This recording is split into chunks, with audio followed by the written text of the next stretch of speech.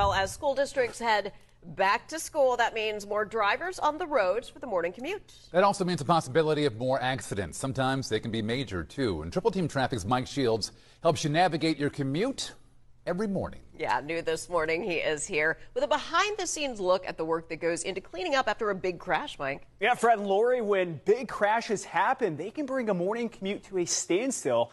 I found out firsthand how a crew in Marietta clears interstates and helps get traffic flowing again. Breaking news on Interstate 20, a crash at traffic blocked by an accident with no end in sight. But while drivers check the time, cleanup crews are hard at work, responding to accidents whenever they happen. The most dangerous part of it is working on the interstate. We have a lot of distracted driving, impaired driving, and when we're out there working and people are running 70, 80, 90 miles an hour, there's no room for error. The crew at Marietta Wrecker took us behind the scenes to see what it takes to clean up big accidents.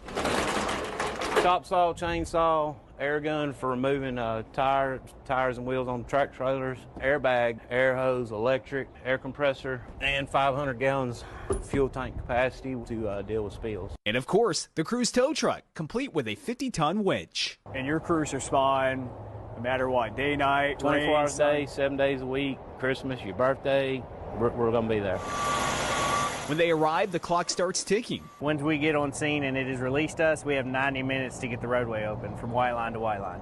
If a cleanup takes longer, the crew loses a bonus the state pays them to move quickly. So even when it feels like you've been stuck forever, crews are working as fast as they can. It only gets worse when people pile up the risk. People have secondary accidents and thirds and fourths. Distracted driving, yeah, cell phones, completely radios. Holding up the phones, doing videos of us out there. That's what y'all do with a helicopter. Look at it later on. Don't try to do it for yourself.